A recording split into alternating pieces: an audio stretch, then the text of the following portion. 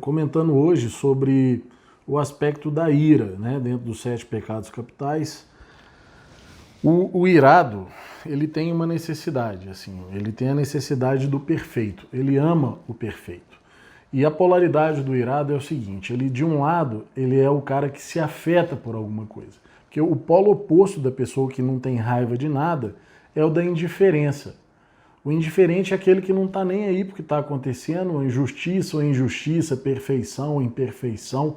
Ele não está nem aí, ele não se afeta com nada. O irado não, o irado ele se afeta demais. Né? Claro que isso tem níveis que vão desde a impaciência até a intolerância, a raiva até o ódio mortal, né? Mas a faísca disso tudo está exatamente na questão de você se afetar com algo da realidade que te cala na alma. Né? E é interessante porque o lado positivo da ira é, como a gente pode dizer, que é a indignação santa, né? Um exemplo máximo disso é o Gandhi, e a gente pode falar disso um pouco mais na frente. Mas o irado, ele acaba tendo aquele conhecimento do que é o perfeito, sobre como melhorar o que já existe, é aquela pessoa que faz sempre algo para melhorar algo que já existe ou para criar algo novo, né? Que tenta achar uma solução. A desmedida da virtude, né? Que é essa capacidade de se afetar, de não ser indiferente, se afetar com a realidade das pessoas, é quando você exagera, e aí você quer tudo pronto, a toque de caixa, você, como irado, não respeita o ritmo das pessoas, você quer que tudo seja feito para ontem, né? Você não sabe dialogar, e aí você começa a ter alguns tipos de atitude que são representativos exatamente dessa dificuldade de aceitar que as coisas precisam do tempo para crescer, para se chegar aos resultados. Então o irado, no fundo, ele é um impaciente adoecido. E aí, um exemplo comum, né, da ira em menor escala. Alguém está conversando, você fica o tempo inteiro interrompendo, completando a fala da pessoa.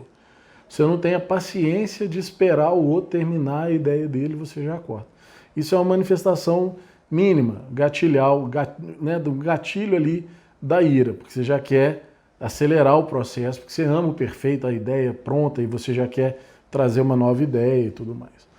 E se você não está atento, essa dinâmica da ira, ela gera alguns comportamentos, como reflexão, insatisfação, crítica. Né? Você viver ao lado de alguém que está te criticando o tempo inteiro é muito desagradável. Muitas vezes o motivo é a ira. Né? O que move a pessoa ali é o amor ao perfeito, mas um amor desequilibrado ao perfeito.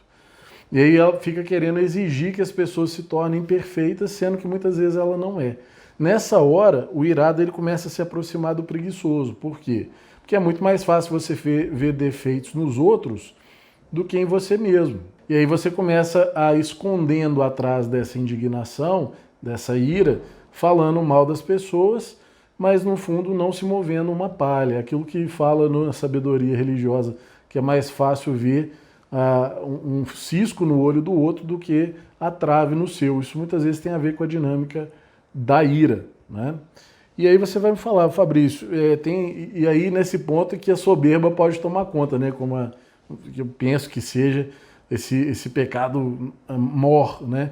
Que é o orgulho aí que está por trás de todas essas dinâmicas. Porque aí você começa na dinâmica de ira, olhando só o defeito dos outros, não começando a se achar melhor do que as pessoas. Né? Você está cego sobre as suas próprias mazelas, as suas próprias imperfeições. E aí vem a pergunta, né? Claro, né? Como é que eu melhoro isso na minha vida? Eu reconheço esse padrão. Muitas vezes isso pode estar associado com algum transtorno mental, um transtorno bipolar, um quadro depressivo com irritação, por exemplo.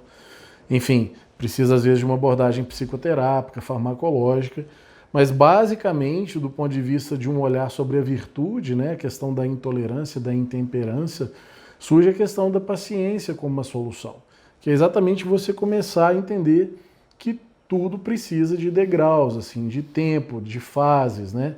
Que é nível 1, 2, 3 e 4, que as pessoas não vão se tornar perfeitas, né? As soluções não são perfeitas de um dia para o outro, que tudo pode ser melhorado, mas que isso precisa de calma, porque dependendo da forma como o irado se expressa, ele destrói mais do que constrói.